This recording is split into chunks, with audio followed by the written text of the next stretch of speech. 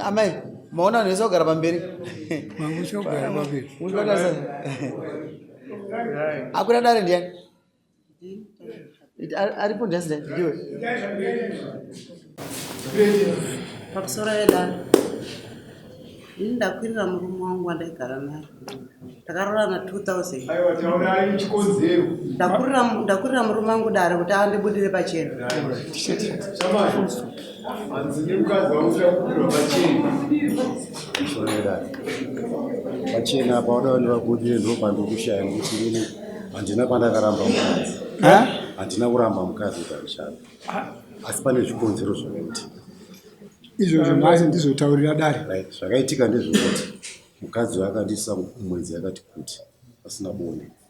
Achiti ndomupa chirwere ndiri hure. Zvakazoita kuti nditaure ndakazodedza ndikati ndakuchitsvaga mai nini. Ndobva nditi akanotsvaga mai nini pamba panapa panoti iwewe nemukadzi wako handiri kukuona. Unotsvaga kwekunogara. Saka ndakangoti ihasha chete. Zvapera. Zveshuwa ndatora mai nini. Takabva taenda ndobva ndanovatsvagira pano. Saka ndai ndikada kuti ndionane neava vaindisasamura. Taiti kana tiri pamubhedha vairara kukona kuti tidhume. Vakati potova netsiko pasina munhu inokona. Zvakaita kuti nditsvage.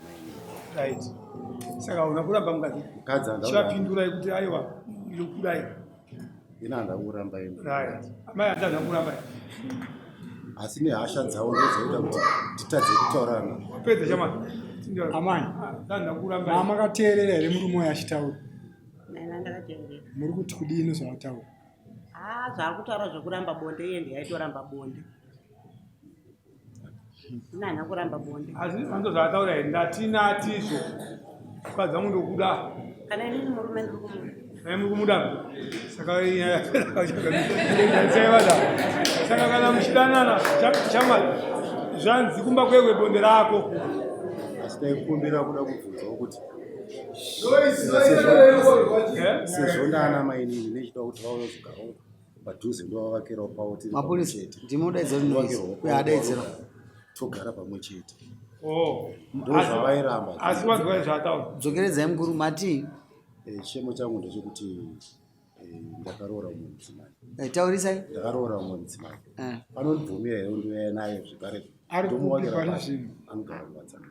Hamu muno. Imi muno vanogara kupa. Anogara kutamara. Kwe? Tamara. Munda here munda. Patamara. Papirazi here munda here. Aiwa pane nzira dzakasiyana. Tangoti kumunda. Makapuwa munda here. Tingoti takangosiyawo ipapo. Makasiyiwa papirazi. Tamara uye patamara pana ndiko pana uye ukushaya. Makashi. Makambodzo ani kuti dai atete mukoma wano kana munyimira musi sikudetsana na sisera pane zvakunetsana mungaro rababonde makambodzo ani ndina wandakaudza ndangoti chataura. Aiwa regai tipedze amai ngabvunze regai tipedze nyaya.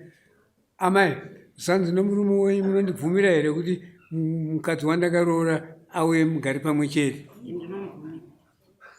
Ndandambomuramba kangotitiza. Ndichigara ndiri ndega. Chakaitawo ndiye ndega. Kana kuana hauyazoona. Hatoyazoona vana. Hauyazoona kana chikafu atengere vana. 3 years ndichishupika kumaricho ndichichengeta vana. Zvakaita paya. Zvakauyawo pamberi pedare kuti vandibudirewo pachena murume wangu. Wabuda pachena vanema. Rudo rwacho runotangira kwamambo. Kwamambo ndiko mukachita munhu ane mwoyo wekuda munhu. Zviite. Kwamambo. Kana ndimo moti kubatwa kumeso. Tinogarira kunyeperwa pana. Iwe taura chokwadi. 3 years ndiri kudzokera zvataura nevana amai. 3 years hausi kuona vana, hausi kuchengeta. Kana kungonzwa voice remukadzi wako.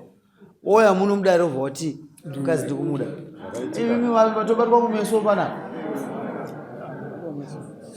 Chikafu ndaitenga. Wachava waitenga? Ndichaitenga ndiri pandaigara. Pandaishanda. Pawaishanda? $50. Voice company yanga yakaomera. Yakaomera. Sadempo 50. Pamba 50 vaita hapana zviripo. Alright. Kokuzoona mhuri yako. Mhuri yainetsa kuona because aingoti pese pasangana. Unowana wakura sei? Amwacho wa 2008. 2008. 2015. Mwani 16 years.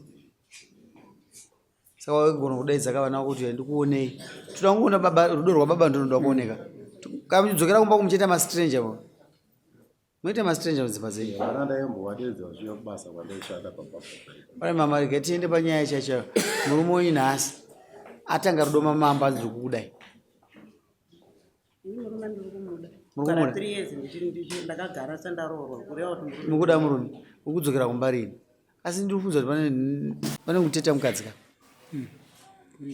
kuripo angangosumuka ungosukazokera amai acho ninge wakasimbozwa ngatite chivanhu chedu munhu anotetwa handizvozve saka kana usotova nemari yekuteta mukadzi awoende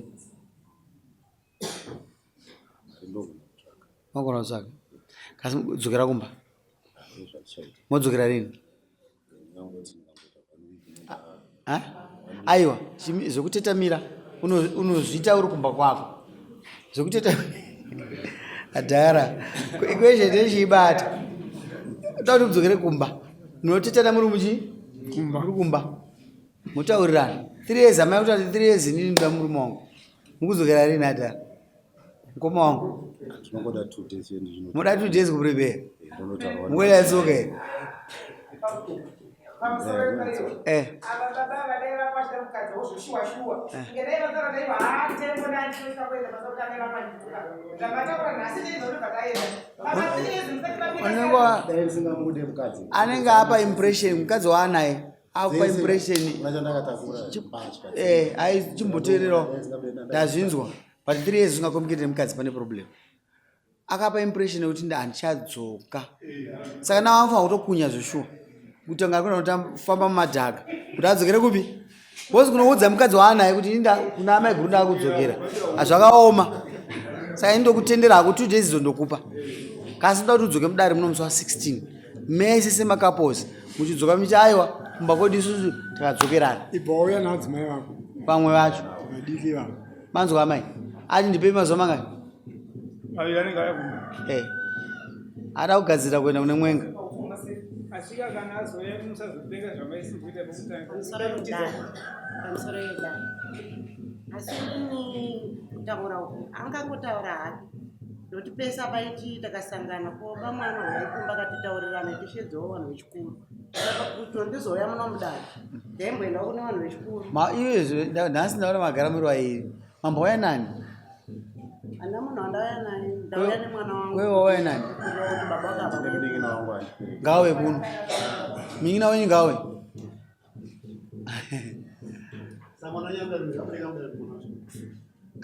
apa pana zvazitaurika ngaakarai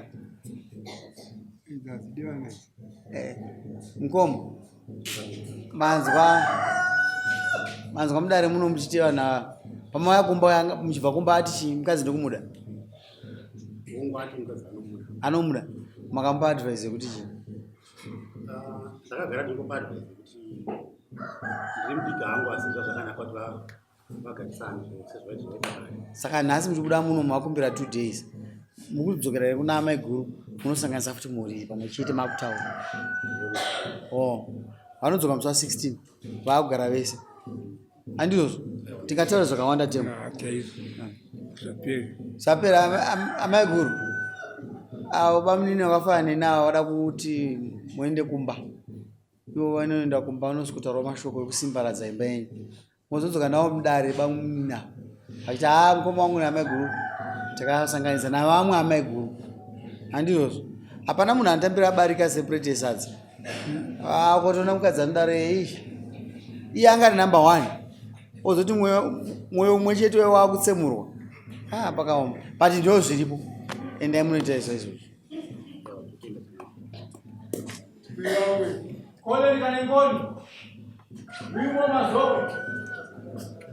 Ladies and gentlemen, it's now 2025 and the first thing that I do is to remind you that I'm still a proud brand ambassador of Logos Solar Tech.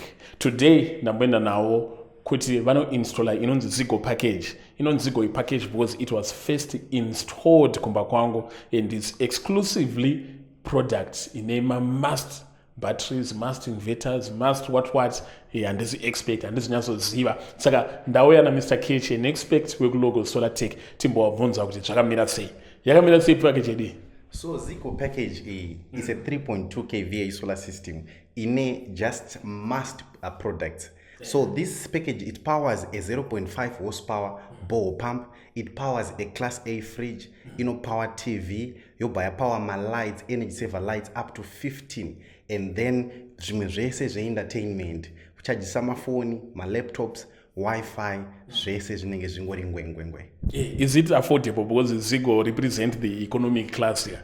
Very affordable. This package, yes, a fixed supply price, it goes for 1,480.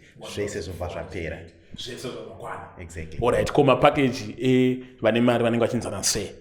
Kana takuenda pamusoro apa tita kudawo from 5 kVA 6.2 kVA of which yedu isusu inotangira pa $2,400 ndo inova iyo yechi ye 5 kVA, and then toenda pamusoro tenge takuitawo ma 10 kilowatt solar systems of which aya anenge akuitwawo ma prices anoendera nekudesignwa kunenge kwaitwa solar system yacho. Alright, then lastly vanoda zvekutaurirana vema-labor, vema-terms, ma-civil servant nevane ma-customized service vanokubatai here? So kana makuda pakuitwa zvema-payment plan facilities or credit facility, with just 1.5 you can have this solar system or deposit 70% of 1.5 and then the balance we attend in 2 months obva wapedza unakirwa ako nemagetsi ako. Wanakirwa waenda. Manumbers awasiko wataura ndo wari kubuda pa screen apa. Saka as long as Zigo ari brand ambassador we Logos Solartech, you get the best service as far as my solar installation and everything is concerned.